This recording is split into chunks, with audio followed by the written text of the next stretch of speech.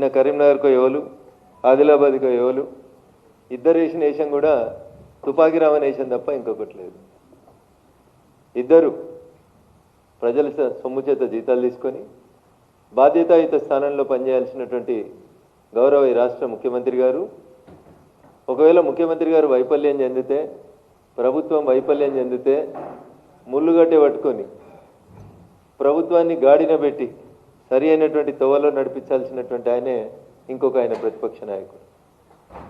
దాదాపు అన్ని దినపత్రికలలో పొద్దుగా లేచి ఇద్దరు కలిసి తెలంగాణ రాష్ట్రాన్ని అభివృద్ధి చేసేందుకు, తెలంగాణ రాష్ట్ర ముఖ చిత్రాన్ని మార్చేందుకు ఏమేమి హామీలు ఇచ్చిరో చూద్దామని పొద్దుగా లేచి పేపర్లు చదివినన్న. 3 గంటలు చదివాను అన్ని పేపర్లు, తెలుగు, హిందీ, ఇంగ్లీష్, ఉర్దూ అన్నీ చదువుకొని వచ్చి. ఒక ఆయన అంటాడు నా సాగు కోరుతున్నారు అని సంగతి చూస్తా అంటాడు. ఇంకొక ఆయన అంటాడు వాళ్ళకి ప్రతిపక్ష హోదా రాకుండా చేస్తా నేను, లేకపోతే నా పేరు మార్చుకుంటా అంటాడు. అన్న నువ్వు పేరు మార్చుకుంటే ఈ రాష్ట్ర ప్రజలకేం రాదు, ఆయన సచ్చినా మాకేం రాదు, బతికినా మాకేం రాదు. ఆయన ఫామ్ హౌస్ కాడికి రైతులు వచ్చి ఆత్మహత్యలు చేసుకుంటే పైసలు ఇవ్వక 10 ఏళ్ళు పాలించిన ఆయన ఊర్ల పేర్లతో సహా చెప్పినాం. దౌలతాబాద్ దుబ్బాక నియోజకవర్గం వాళ్ళు, గజ్వేల్ నియోజకవర్గానికి సంబంధించిన రైతన్నలు కేసీఆర్ గారు ముఖ్యమంత్రి ఉన్నప్పుడు ఫామ్ హౌస్ దగ్గరికి వచ్చి కూతవేడు దూరంలో ఆత్మహత్యలు చేసుకుంటే ఈ రోజు దాకా ఆ రైతన్నలకి నష్టపరిహారం ఇవ్వలేదు ఆయన. అట్లాంటి కేసీఆర్ గారు ఇలా చెప్తాడు 29 దాకా ఆగుండ్రి, 29 దాకా రాగానే నేను తొలి సంతకం పెడతాను సార్ ముచ్చట చెప్తా అన్నాడు. 2014 నుంచి 2023 నవంబర్ చివరి దాకా మీరు దిగిపోయేదాకా మీరు రైతులకు ఏం చేశారో ఒకసారి ఆలోచించారు. అన్న నాకు తెలిసి మీరంతా నిన్నటి 2 సభల మీద ఉత్సాహంతో ఉన్నారని, మధ్యలో మీ అటెన్షన్ని కొద్దిగా మా మెదక్ పార్లమెంట్ కాన్స్టిట్యున్సీ వైపు డైవర్ట్ చేయాలని నేను మీ అందరితో ఒక 2 విషయాలు షేర్ చేసుకుందాం అనుకుంటున్నాను. మొన్న రాత్రి జరిగినటువంటి వడగండ్ల వాన మా మెదక్ పార్లమెంట్ పరిధి లోపల ఒక 3 మండలాల్లో నార్సింగి, చేగుంట, మాసాయిపేట ఈ 3 మండలాల్లో సుమారు 6,000 ఎకరాల లోపల ఒక్క వడ్ల గింజ మిగలలేదన్న రైతుకి, ఒక్క వడ్ల గింజ మిగలలేదు. అటు కలెక్టర్ గారు రారు, ఇటు జిల్లా ఇన్ఛార్జి మంత్రి గారు రారు, రైతన్న కష్టం లోపల అండగా ఉంటామని కాంగ్రెస్ రాదు. పోనీ ప్రతిపక్షం వాళ్ళని ఎవరన్నా వచ్చిర్రా అంటే ఈయన సుప్రీంకోర్టులో వకీళ్ళని చూస్తుంది, ఈయన ఢిల్లీకి పోతాడు. ఆయన పోయి జైత్యాల జైత్రయాత్ర పెడతా అని ఇంకొక ఆయన పోతాడు. ఈ పెద్ద మనిషికి ఒకటి యాద్ చేయాలి మనం, జైత్యాల జైత్రయాత్ర అని మాట్లాడుతున్న పెద్ద మనిషికి 2 మాటలు యాద్ చేయాలి. 1976లో అనుకుంటా కొండపల్లి సీతారామయ్య గారు జైత్యాలకు వచ్చింది. అప్పుడు వాడినటువంటి పదం పేరు జైత్యాల జైత్రయాత్ర. దానికి నాయకత్వం వహించిన నాయకుడే టీఆర్ఎస్ పార్టీకి వెళ్ళి శాసన మండలి సభ్యుడు అయింది. గౌరవనీయులు కరీంనగర్ నుంచి లక్ష్మణ్ కుమార్ గారు అని. జైత్యాల జైత్రయాత్ర కేసీఆర్ గారు ఆ పేరుతోటి కొండపల్లి సీతారామయ్య గారు ఆ రోజు ర్యాలీ చేసి, ఆ ర్యాలీలో జనాన్ని జమ చేసి, నక్సలైట్లను తయారు చేసి, నక్సలైట్లను పేరు మార్చి మావోయిస్టులు చేసి, ఇవాళ మావోయిస్టు రహిత దేశంగా భారతదేశం మారింది 1976 నుంచి 2026 కల్లా. ఇలా టీఆర్ఎస్ కూడా మనం అట్లే లింక్ చేసుకుంటే బాగుంటుందేమో.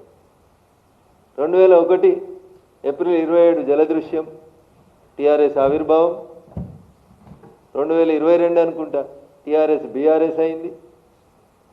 ప్రజలు 2024 జూన్ 4వ తారీఖు నాడు బీఆర్ఎస్కి సిఆర్ఎస్ ఇచ్చిర్రు, కంపల్సరీ రిటైర్మెంట్ స్కీమ్ ఇచ్చి భారత పార్లమెంట్లో మీ ప్రాతినిధ్యం అవసరం లేదని 0 సీట్లు ఇచ్చిర్రు.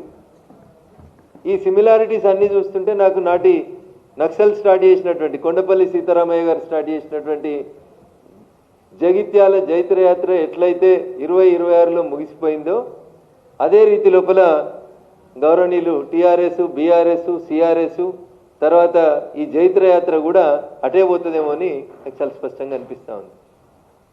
ఒక మాట మరి కేసీఆర్ గారు మేం చేయలేకపోయినాం, లేదా కేంద్ర ప్రభుత్వం రాష్ట్ర ప్రభుత్వాలు సరిగా పనిచేస్తలేవు, ఇస్తలేవు, రైతన్నలను ఆదుకుంటలేవని, రైతు కష్టం వచ్చిన రోజు ఉండాలని ప్రధానమంత్రి ఫసల్ బీమా యోజనని 2016లో నరేంద్ర మోడీ గారు ప్రారంభించారు. ప్రారంభించిన కొత్తలో తెలంగాణ రాష్ట్ర ప్రభుత్వం దాంట్లో చేరింది. కొద్ది రోజులు ఉన్నారు, 20 దాకా భారత ప్రభుత్వం ప్రారంభించినటువంటి ఫసల్ బీమా యోజనలో తెలంగాణ రాష్ట్ర ప్రభుత్వం కూడా ఉండే.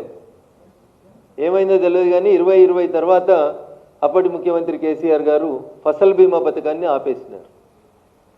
దాన్ని తర్వాత వచ్చినటువంటి రేవంత్ రెడ్డి గారి సర్కారు కూడా ఆ ఫసల్ బీమా పథకాన్ని ఆపేసి అసలు ఇలా ఏం ఇన్సూరెన్స్ ఉందో కూడా రైతుకి ఏ పంట పోతే ఏ నష్టపరిహారం ఇస్తారనేది ఈ రోజు దాకా ఒక్క ఇన్సూరెన్స్ కూడా లేకుండా రైతన్నల్ని గాలికి వదిలేసినారు. ఇది ఈ రెండు పాలకుల యొక్క పొరపాటు వల్ల, కేసీఆర్ గారి వల్ల, తర్వాత వచ్చినటువంటి రేవంత్ రెడ్డి గారి 2.5 సంవత్సరాల పాలన వల్ల ఇప్పటికీ రైతులు తెలంగాణ రాష్ట్రంలో ఫసల్ బీమా లేక రకరకాలైనటువంటి అవస్థలు పడుతూ ఉన్నారు. దయించి మీడియా మిత్రుల అటెన్షన్ని నేను ఒక 7 ఊర్లకే, చేగుంట, నార్సింగి, మాసాయిపేటలో హైవే మీదనే 7 గ్రామాల వైపు తీసుకెళ్తే వడ్ల ఆరబోస్తే రోడ్ల మీద ఎట్లా ఆరబోస్తారో అంతకంటే ఎక్కువగా వడగళ్ళ వానబడి రైతులకి కన్నీళ్లు మిగిల్చింది. ఇప్పుడు ఆ రైతన్న ఒక్కొక్కరు కౌలు రైతు 5 ఎకరాలు, 8 ఎకరాలు, 10 ఎకరాలు, 12 ఎకరాలు చేసుకున్నటువంటి రైతులకి ఇలా నష్టపరిహారం ఎట్లా ఇవ్వాలి, ఏమి ఇవ్వాలి అనే దానికి ప్రభుత్వం దగ్గర ఒక అంచనా లేకపోవడం వల్ల రైతన్నలు ఇబ్బంది పడుతూ ఉన్నారు. దేశవ్యాప్తంగానేమో దాదాపు 78.4 కోట్ల మంది రైతులు ప్రధానమంత్రి నరేంద్ర మోడీ గారు తీసుకొచ్చినటువంటి ఫసల్ బీమా పథకం లోపల సభ్యత్వం తీసుకుంటే దాదాపు ఇప్పటి వరకు 22.7 crores ఆఫ్ ఫార్మర్స్కి ఏ రకంగా నష్టం జరిగినప్పటికీ కూడా భారత ప్రభుత్వం ఫసల్ బీమా యోజన కింద చేయూతనందించింది. కానీ ఈ రాష్ట్రంలో పోయినసారి వరదలు వస్తే కొట్టుకుపోయిన పంటలకి ఈ రోజు దాకా అసలు ఏం లేకపోవడం అనేది బాధాకరమైనటువంటి విషయం. కేవలం 2 to 5% డబ్బులు కడితే రైతన్నలకి ఈ క్రాప్ ఇన్సూరెన్స్ ఫసల్ బీమా పథకం కింద లభించేది. రైతన్న బాగుండేటోడు. మాటలు చెప్పమంటే బాగా చెప్తారు కానీ చేతులకు వచ్చేసరికి ఏం లేదు. ఎద్దేడిచిన వ్యవసాయం, రైతు ఏడిచిన రాష్ట్రం బాగుపడదు అని చెప్తారు. కానీ ఇలా తెలంగాణలో అకాల వర్షాల వల్ల గత సీజన్లో జరిగిన, ఈ సీజన్లో జరిగిన అకాల వర్షాల వల్ల రైతన్న కష్టపడుతున్నాడు, నష్టపోయిండు.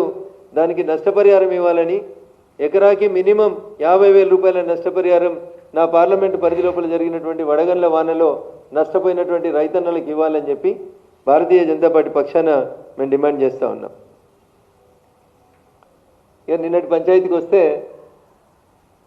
నిన్నటి పంచాయతీ గురించి మళ్ళీ మనం మాట్లాడుకోవాలని అనుకుంటే ఇద్దరు కలిసి ఏం మెసేజ్ పంపించారో ఒకసారి ఆలోచించుకోవాలి. మనం కాంగ్రెస్ పార్టీ ఎన్నికల కంటే ముందు పిసిసి అధ్యక్షుని హోదాలో రేవంత్ రెడ్డి గారు రాహుల్ గాంధీ గారిని తీసుకొని నిన్న రేవంత్ రెడ్డి గారు ఏ కాళేశ్వరం దగ్గరికి వెళ్ళినారో అదే కాళేశ్వరం బ్యారేజ్ దగ్గరికి వచ్చినారు.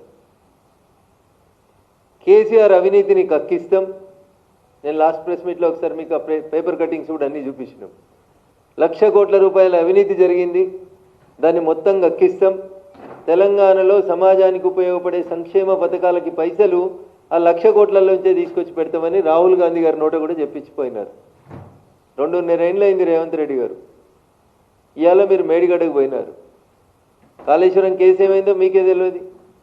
మొత్తం కేసుని సిబిఐకి ఇవ్వండి అంటే మొత్తం కేసుని ఇవ్వడానికి మీకు మనసు ఒప్పదు.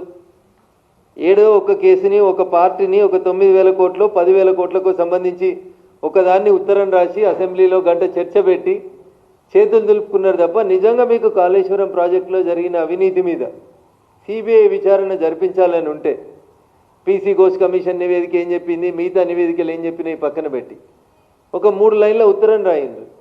కాళేశ్వరం ప్రాజెక్టు అనుమతులు, నిర్మాణం,